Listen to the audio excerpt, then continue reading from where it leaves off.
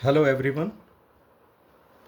इस वीडियो में आज हम कोनिक सेक्शंस के बारे में पढ़ेंगे और कोनिक सेक्शंस को कोनिक्स भी कहा जाता है।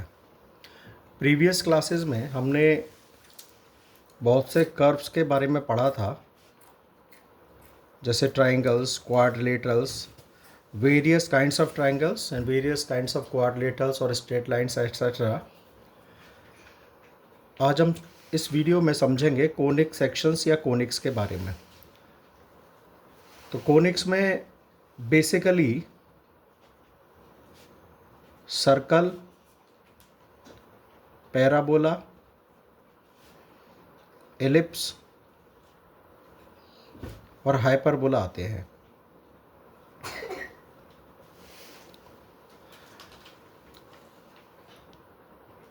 ये जो कर्व्स हैं इनका एप्लीकेशन हम अपनी रियल लाइफ में भी देख सकते हैं।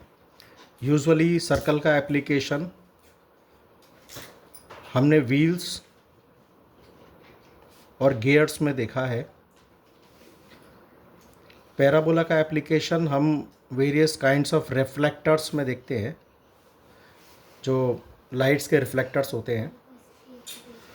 एलिप्स की शेप जो है इसको हम पढ़ते हैं प्लैनेटरी मोशन में। जो भी प्लैनेट्स हैं हमारे,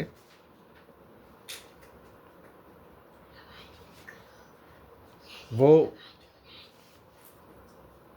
जिन ऑर्बिट्स में मूव करते हैं वो एलिप्टिकल शेप्स में होती हैं। इसके अलावा जो हाइपरबोला है, हाइपरबोला का एप्लीकेशन वेरियस रडार सिस्टम में या इसी तरह के जितने भी ट्रांसमिशन के जो इंस्ट्रूमेंट्स होते हैं,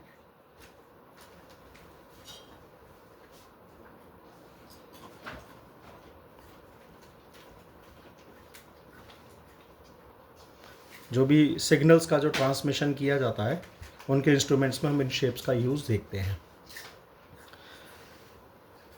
ये जो चार हमारे कर्व्स हैं, सर्कल, पैराबोला, एलिप्स और हाइपरबोला, इनको कोनिक सेक्शंस या सिंपली कोनिक्स कहा जाता है। और इसका कारण ये है कि ये सभी कर्व्स हमको किसी कोन के, किसी प्लेन के इंटरसेक्शन के साथ मिलते हैं। जब कोई प्लेन वेरियस एंगल्स पर किसी कोन को इंटरसेक्ट करता है, तब हमें ये शेप्स या कहना चाहिए ये कर्व्स हमें प्राप्त होते हैं। वो कौन सा कोन है जिसके इंटरसेक्शन से हमें ये प्राप्त होते हैं, तो उसके लिए हमारे पास रिक्वायर्ड होता है double napped cone.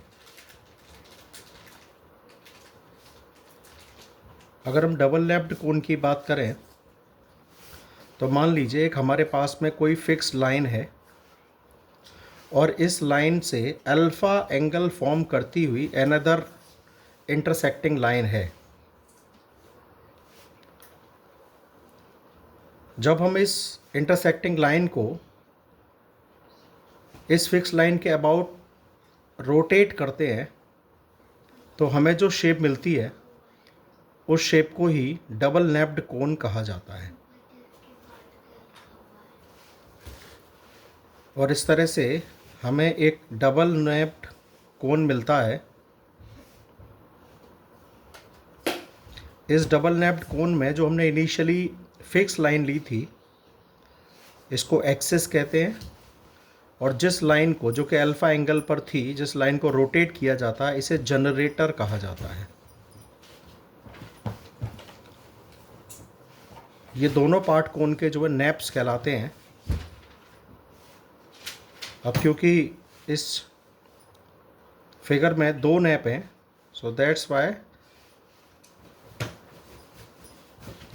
This is known as double napped cone, और we may say double napped right circular hollow cone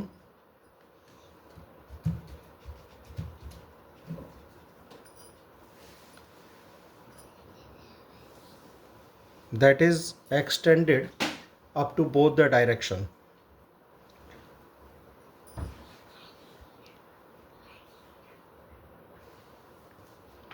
अब प्लेन के इंटरसेक्शन से हमें किस तरह से ये चारों कर्व मिलते हैं इसको हम फिगर से समझते हैं।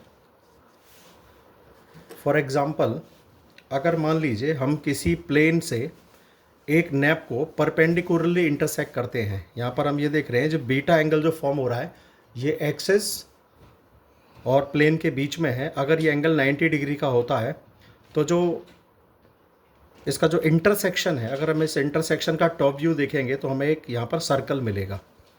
और इस तरह से किसी प्लेन के द्वारा किसी डबल नैप्ड कोन के एक नैप को परपेंडिकुलरली जब इंटरसेक्ट किया जाता है तो हमें जो शेप मिलती है, जो कर्व मिलता है, वो होता है circle. In the same way, जब हम किसी प्लेन से डबल नैप कोन के किसी एक नैप को इंटरसेक्ट करते हैं इन सच अ वे कि जो बीटा एंगल है वो अल्फ़ा एंगल के इक्वल हो, अगर ये दोनों एंगल इक्वल होंगे तो जो हमें शेप मिलेगी वो एक पैराबोला शेप मिलेगी, कुछ इस तरह से। पैराबोला का एग्जांपल हम समझ सकते हैं, जैसे डॉल्फिन का जंप है या प्रोजेक्टाइल्स होते हैं, वो भी पैराबोला के एग्जांपल होते हैं। किसी खिलाड़ी द्वारा मैदान में बॉल को ऊंचा फेंका जाना और उसका नीचे वापस आना, जो हमें कर्व मिलेगा वो एक एग्जांपल है पैराबोला का। इसके अलावा अगर मान लीजिए किसी प्लेन से हम इस एंगल से कट करते हैं कि जो बीटा है वो अल्फ़ा से लार्जर हो बट 90 डिग्री से छोटा हो, तो हमें जो क्रॉस सेक्शन मिलेगा वो एक एलिप्स होगा, एलिप्टिकल इस तरह से शेप मिलती है और इस शेप को या इस कर्व को हम एलिप्स कहते हैं।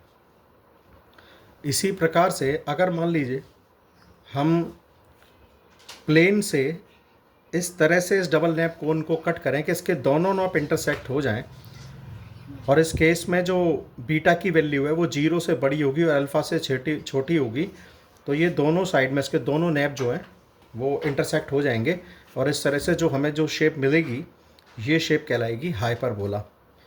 और इस तरह से हमने यहाँ पर ये देखा कि किसी प्लेन के डिफरेंट एंगल से डबल नैप्ड कोन के किसी नैप को कट करने से हमें ये जो कर्व हैं, मीन सर्कल, एलिप्स, पैराबोला या हाइपरबोला, ये सभी प्राप्त होते हैं।